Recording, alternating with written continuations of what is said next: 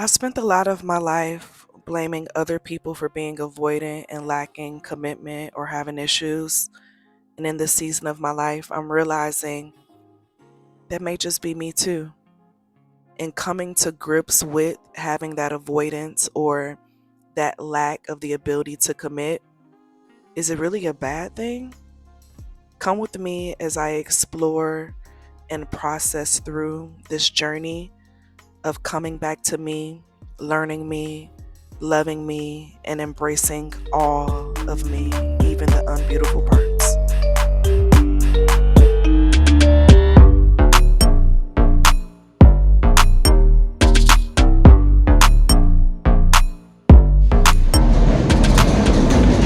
Good morning. Headed to go do laundry because I have to move out in about 5 hours. That's my laundry. I'm tired and I really don't feel like recording. I'm gonna record what I can record, but it's probably not gonna be a lot, I'm gonna be honest. So, my ex blocked me on Instagram. And honestly, that's not how I expected this story to start. A few nights ago, I had a dream about a guy I couldn't seem to fully let go of for years. And it's not just someone that I dated recently, not someone I was actively thinking about, but a guy from high school. One of those people that somehow stays tucked away in the back corners of your mind, not because you're in love with them anymore, and not because you're waiting for them, but just because they became a part of your story, a big part of your story. The last time I saw him was 7 years ago when I was turning 31. Him and I had an on again and off again relationship from the time when I was 16 until 31. After that dream, curiosity got the best of me.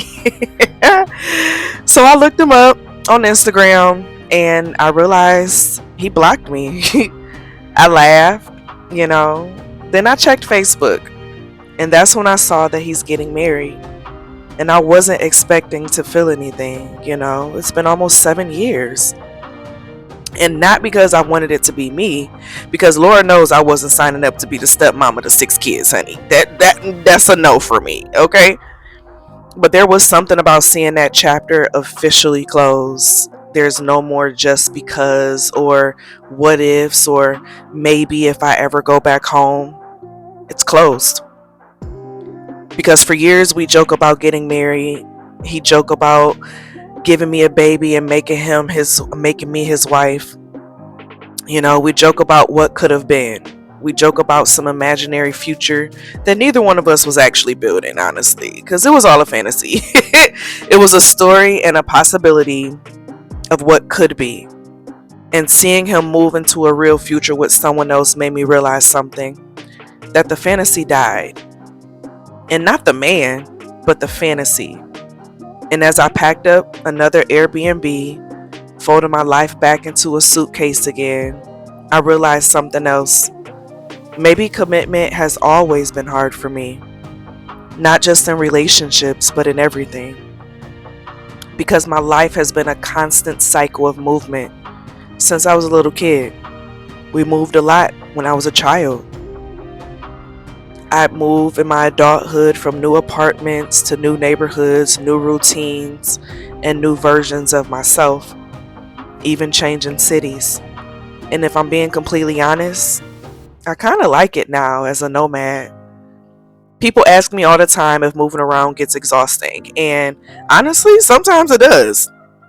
There's days when I want one closet, just one kitchen, one bed that I know is mine, and one place that feels unquestionably for me.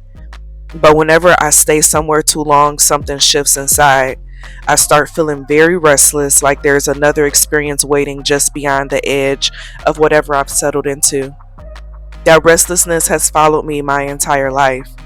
Some people would blame astrology or human design, childhood, trauma, and honestly, maybe all of them are partially correct.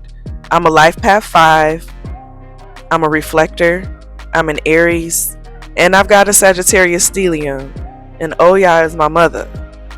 Freedom is practically tattooed across my soul. I was destined for it. But sometimes I wonder if what I've always called freedom was also avoidance. That's a harder question to sit with because it's easy to romanticize being the person who leaves, the independent woman, the traveler, the adventurer, the one who doesn't need anyone, but sometimes do, the one who can start over anywhere, at any time, in any way. But eventually you have to ask yourself, are you choosing freedom or are you running away from attachment? And honestly, I don't know if I fully figured that out yet. And that is totally okay. Because what I do know is this: I've spent years blaming relationships that didn't work on the other person. And while some of those men absolutely deserve their portion of the blame, honey, okay, they ain't getting off too easy, okay? The reality is that my exes weren't always the entire problem. I played a role too. I've played games. Ooh, I played games. I've tested people. I've pushed people away. Whew, child, I've pushed them away. I've love bombed. I've shut down emotionally. I've left before they could leave me. And I've also cheated before after being hurt. I've always prided myself on being the one who's always left and never gotten left by someone. And the thing is, I've justified things because I felt wrong first. I've stayed emotionally detached while pretending I was fully invested. I've done a lot of things that I'm not proud of, and that's the truth. Not the Instagram quote version, not the empowerment version, not the healed doctress Moni, but the truth. Because maturity is realizing that you weren't always the victim. Sometimes you were the lesson too. And I think that's why seeing that man getting married hit me differently than I expected.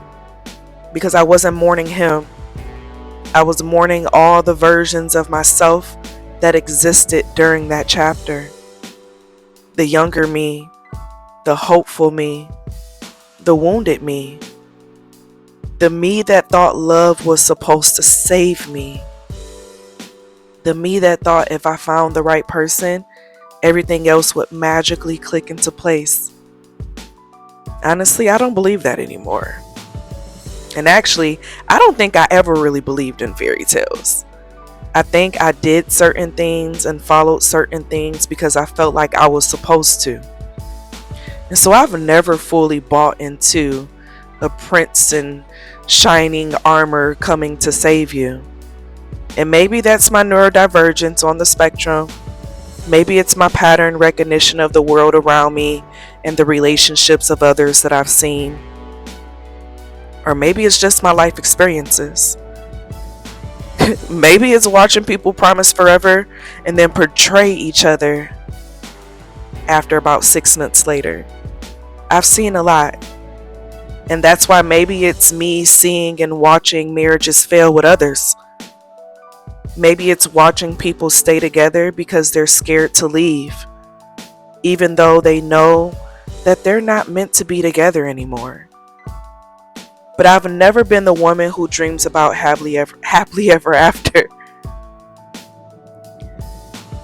I've never been the woman planning a wedding since childhood.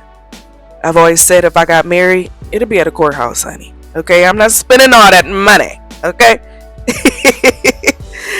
But I've never been the woman imagining white dresses and perfect endings. I actually said I would get married in a yellow or a black dress. I've always been more interested in truth than fantasy.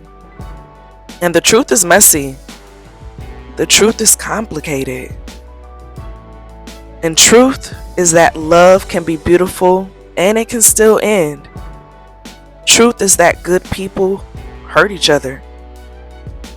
Truth is that commitment doesn't guarantee happiness. Truth is that marriage doesn't guarantee loyalty. And truth is that staying doesn't automatically make someone noble.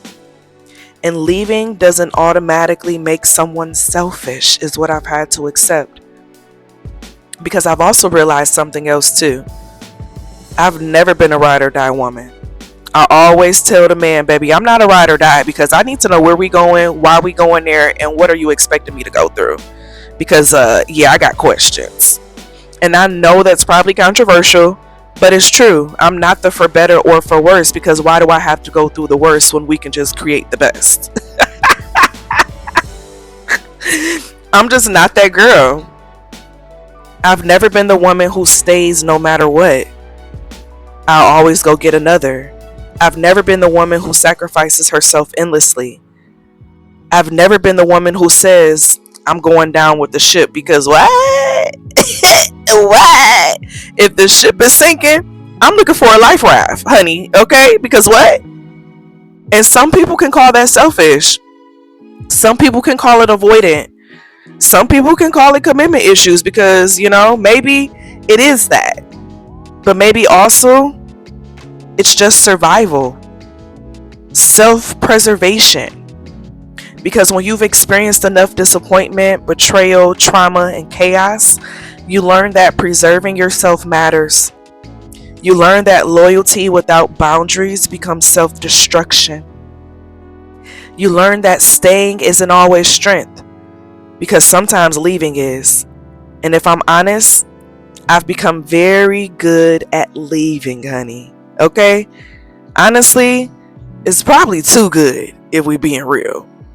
Now, whether if it's a city, a relationship, a job, an identity, or a story that no longer fits, I've rarely struggled to walk away. And standing here with another suitcase open in front of me, I can't help but notice the pattern. My life is a series of departures. But here's what's interesting. Every departure has also been an arrival somewhere new. Every time I've left something, I found another version of myself, another transformation. Every apartment has taught me something. It's given me a new experience. Every city has taught me something, and I learned something different and realized there was another version of myself that I loved. Every relationship, every heartbreak, and every mistake taught me something and pushed me to another place and another state of being that I never saw myself being in before. And maybe that's why movement has always felt so natural to me. It's where I learn. I learn through experience, exploration, and through contrast.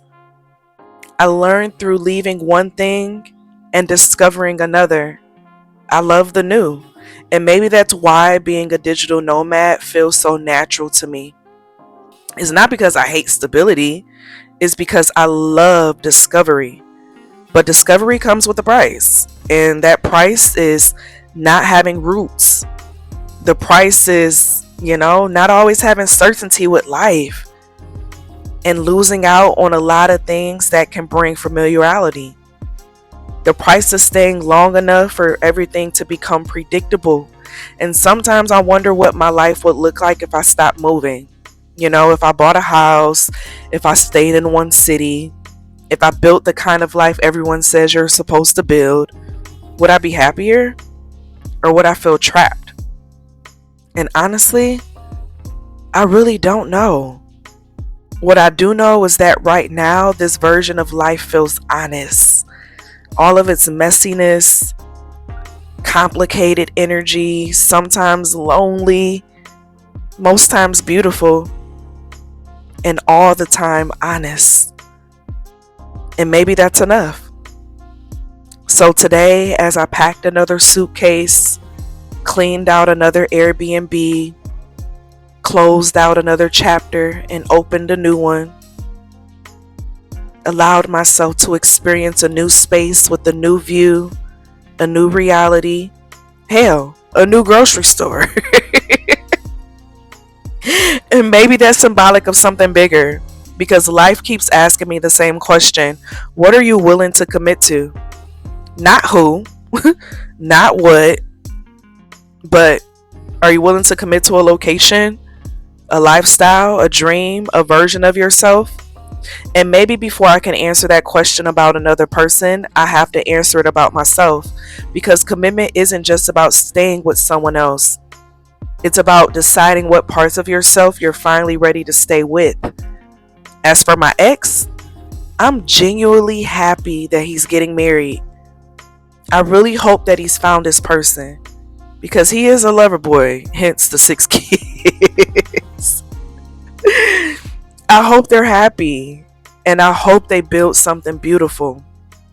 And me, I'll probably be unpacking another suitcase somewhere pretty soon. As my current place, I'm only here for the night. I'm only here for a couple weeks, honey. Okay. So it's gonna be changing again. And I'll be sitting here trying to figure out whether if I'm running from commitment or simply following the path that was always meant for me. But either way, I'm going to have peace with whatever it is that I do and how I do it. Because one thing about me, honey, I'm going to move on. Just like Maya said, I'm moving on. Oh, moving on. Moving on. I'll be moving on. And guess what? That's something that I have always done and will continue to do. Because somehow, every time that I do, life continues to meet me on the other side. And the other side is always beautiful. It gives me another definition of self-love. I get to learn another version of myself. And honestly, as the oldest daughter, I deserve to have this time to myself. Most of my life has been very codependent, actually, and it was uncomfortable. So being able to be very self-preservative, I really feel like it's exactly what I need in this season of my life. And I'm going to embrace it and whatever comes with it.